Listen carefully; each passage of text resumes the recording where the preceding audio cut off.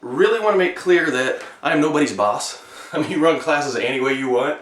My job truly, as the head of the USKMA, is to give you advice on how to make money, on how to grow a program, on how to do Krav Maga, correctly. Everything we do has two reasons. One, it's the best self-defense we can come up with. Two, it gets adults in. You've heard me say this before, I'm sure. If I taught like the Israelis, I would be teaching really, really good self-defense, and I'd have tough students, all 10 of them. And then the opposite's true. I'm not going to do fluff just to get people in. So truly, we teach the most battle-tested, real-world self-defense there is, but we're also doing it in a way that we can grow our gyms. As you know, when I owned Ohio Krav Maga, it topped out at about 760 members in 3 locations, and 90 of them were kids, so that means we had a lot of adults. We had intros done correctly, classes done correctly, the marketing done correctly, all these things we've talked about in the past. Today I really want to focus on the classes. Basically my thought is, and again, you do whatever you want, it's your business, but here's my thought. This represents all the people in your community. Say there's 100,000. Truly we're going to mainly get 18 to 35 year olds. So right off the bat, let's say we're down to 20,000. We got 20,000 people to market to get into our business. Half of those aren't going to do it. They don't have the money, they don't have the time, they don't have the desire, they haven't exercised in their life, they're not going to start now. So right now we're down to 10,000, 10G. My thought is, let's run a class that would appeal to all 10,000 of those. We talk all the time about, we gear it towards the fitness.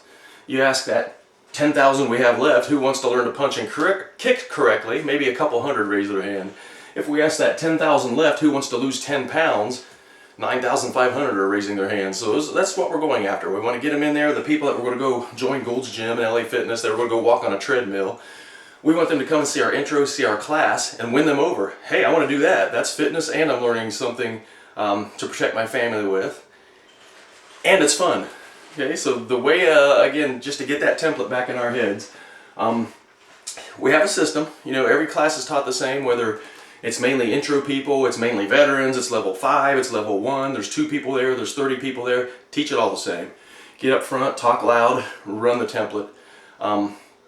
And truly this is just proven over and over again to get the adults in. Not the adults that were looking for martial arts. That's our problem. If we just add a Krav class and kind of teach it the same as we teach our martial art, it's just another class in a martial arts gym. Adults aren't looking for martial arts. Adults are running from martial arts, and they're going to LA Fitness and Gold's Gym. Hence, that's our competition. So truly, we don't want to make this any smaller. If we start saying, well, I'm not going to play the music, I want people to go barefoot, I want them to call me sir, we're taking just a little sliver of that. Now when we decide we want to run it technique driven, not make it much of a workout, we want people to bow to us, we want them to wear uniforms, I mean my goodness, we just keep slicing that pie. It ends up with we got 300 people in our community that we can actually market to. Why do that? Why do that? Let's keep the 10,000 we were marketing to by running the system. Truly the template, again, every class is the same, no matter what size, no matter what level. We do a 7 or 8 minute warm up, 15 to 20 minutes on the combative, 15 to 20 minutes on the technique, 3 to 6 minutes on the drill. My lesson plan for that day will say outside defense and choke from the front, for instance. That's all it says. My instructors know they can have different personalities, different teaching styles, but in my gym they knew there was no room for, hey, I'm going to do it my way. I don't think we should do a warm-up today. I think we should spend 20 minutes on the warm-up. I think we should run more calisthenics. I think I need to slow it down and be more technique-based. No, no, no, and no. It's a system that works, that gets people in, that gets them excited, that keeps them there.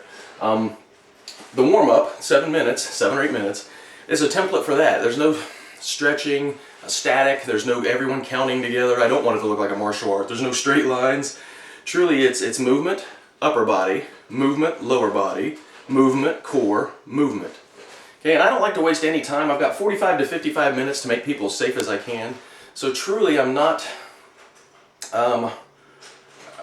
using calisthenics to warm up. I'm not doing arm circles. I would much rather use the Krav techniques. We're throwing elbows, we're throwing punches. I can correct those things, and I can talk through my warm-up. And again, that's what you want to do. You're setting the tone, talk, have fun.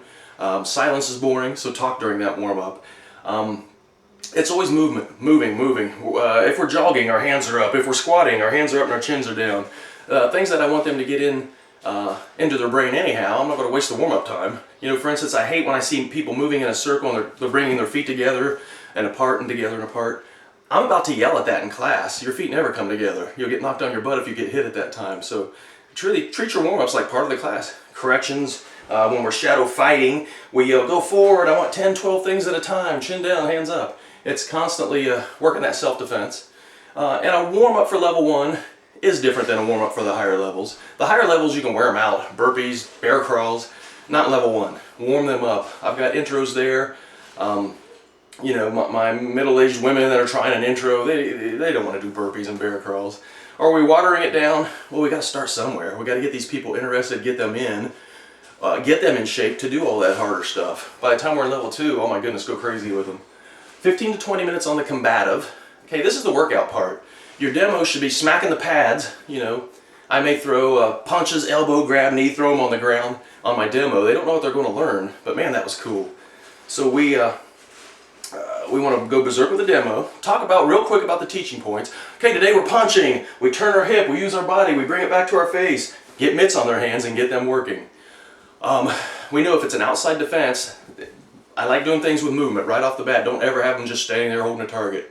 Even when we're doing stuff out of a neutral stance, that attacker is coming in or moving. Standing still is not working out. I want both sides working out. So do a lot of things in the fight, in movement. We know if it's outside defense, boom, 4 reps with an outside defense, then add punches.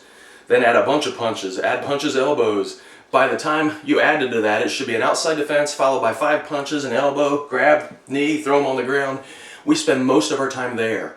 Not only is that the workout, but that's self-defense.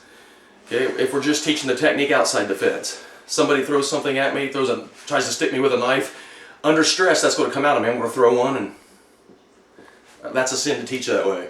Under stress, I want what I practice the most. Destroy, destroy, go in, go in, go in. So absolutely, there are 2 reasons that we're doing that. It is a great workout, and you know how people are huffing and puffing. But it's also self-defense. That's what we should be teaching. The philosophy, the go forward. It's not the technique that's important. Techniques degrade under stress anyhow. So we spend most of our time, we didn't keep handing mitts back and forth. We just kept adding to the same person. Now that they're about ready to fall down, now let's hand mitts over. And again, gripe at the focus mitt holder. Their hands need to be up, their chin needs to be down, they need to be moving correctly. Don't let them get by with things just because they're not the one doing the technique. The crowd technique, the front choke for instance. Demo it 3 times like you're beating the crap out of your partner. People should be like, wow. Slowly once, telling what the teaching points are by the numbers, and keep the numbers flowing. Don't 1, and then wait for everybody. No, just yell out 1, 1, 1. They should really be knowing they have to reset in a hurry. Front choke has 2 steps. 1 you would do 3 times, 1 and 2 you would do 3 times, then just go 3 times. It's good work. They're looking at themselves in the mirror if you have mirrors in your gym. It's muscle memory. Right away get them working. One side attacks, one side defends.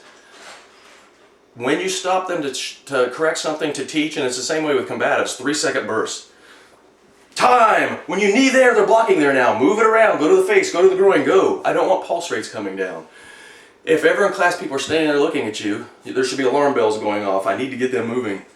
So we correct things in very small bursts, very small. Get them working. One side attacks for a while, the other side attacks for a while. Now when you go 1 for 1, you can start mixing, adding things. Like if it's choke with the push, now we're going to start taking several steps. Pluck, kick, and run. The next one would be pluck, kick, and you got to throw at least 15, 20 combatives. There's no place to run. So truly just come up with different ways of approaching that. Keep them working. The drill's the last thing we do, and that's the most important thing we're doing for self-defense. It's usually about a minute, but man, you're running them into the ground for that minute.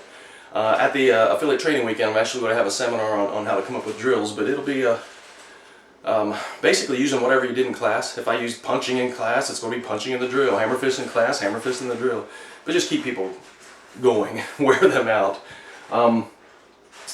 Basically the whole look. I mean, we play the heavy metal music not because I'm a metalhead, but because that brings stress, it brings aggression. The cool thing with that is, you know, somebody sticks their head in and they see people in their uniforms bowing. It's like, eh. An adult sticks their head in and sees people in shorts and t-shirts, playing Aussie, hitting things, having fun. They're interested in that. And again, that's who we're going after, the ones that we're looking for fitness anyhow. The dress, again, my only My only, surely what I wanted them to wear, our only code for that was a t-shirt with sleeves and no profanity. Don't let them go sleeveless. Headlocks are gross. Shorts, sweatpants, shoes, match shoes, tennis shoes. Gold's Gym doesn't tell them what to wear. Why should we? Our schedule, Gold's Gym doesn't say you can come to these 2 nights for this 1 hour. When we ran the gym, we had 3 things every night a new person could come to, and 3 things Saturday morning they could come to. We had the cardio MMA, the Krav, and the CrossFit. Absolutely, you want them to not have the excuse, oh, that doesn't fit my schedule. So just put as much stuff in there as you possibly can. Again, don't overtalk. Keep these classes rolling. Not only is that a workout, that's what's going to get people in your gym, but that's self-defense. If we can outlast the bad guy, if he's huffing and puffing after 15 seconds, we're not going to lose. We are teaching our people what self-defense is. It's a philosophy of flip the switch and go forward. Destroy whatever's in front of you. Okay, during those drills, we don't gripe about technique. I just want to see them hitting things, hitting a lot, hitting hard, destroying. So truly, when I look in on my affiliates classes, a lot of times I feel, oh, we're talking a little too much. We need to get these people moving. That's fun. That's a workout. That is self-defense. Those techniques do not really matter. They're going to crap anyhow under stress. And I always point that out. Your drills, all the one where we shut our eyes and it could be any attack and they open them and pluck and whatever. That's a perfect time to point out, hey, did those just get better or did they get worse? Oh my gosh, they got worse. That little bit of stress of it might be one of any 4 of these attacks. And they start to go to pot. So of course they're going to go to pot on the street. In our drills, when you're yelling sprint and they don't move, you can tell them afterwards, I was right by you, you heard it, but one of the effects of stress is I don't hear things, I don't see things correctly. So constantly be pointing these things out, why we're putting things under stress and exhaustion, realistic attacks, and truly that's what our classes are about, stress and exhaustion, realistic attacks. They will see that those techniques are going to degrade and go to pot, hence, it's just make mean people. Go forward, hit things. Most of our time with the combatives is spent on the end part.